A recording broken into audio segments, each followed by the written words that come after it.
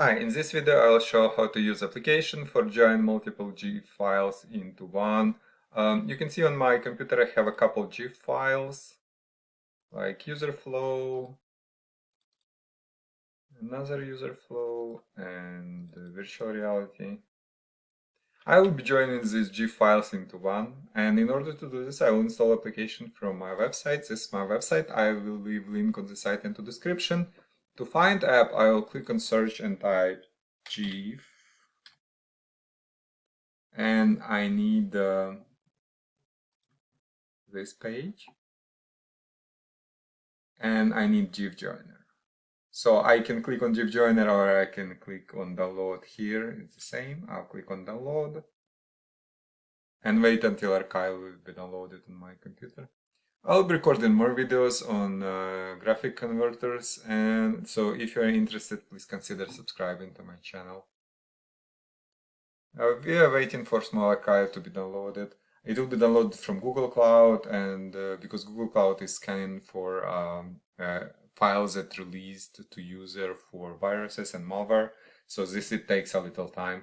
You can see archive has been downloaded. I'll click on downloaded archive, double click on MSI inside archive to start installation, and click more info here. I'm getting the screen from Windows because I'm not registered publisher with Microsoft. You can see publisher unknown, so I'll just click run anyway to start installation, click on next, install, click on yes, and click finish on final screen. And now I can close this, and an application should be installed on my computer. You can see GIF file joiner has been installed, so I can close this, double click on shortcut to launch app. Now, to join GIF files, I need to do 3 steps. In step 1, I will select files I want to join in order for them to appear in new GIF file. So I'll click on select input files, navigate to pictures, and for example I want virtual reality first, and then I want this user flow next, and this user flow is last.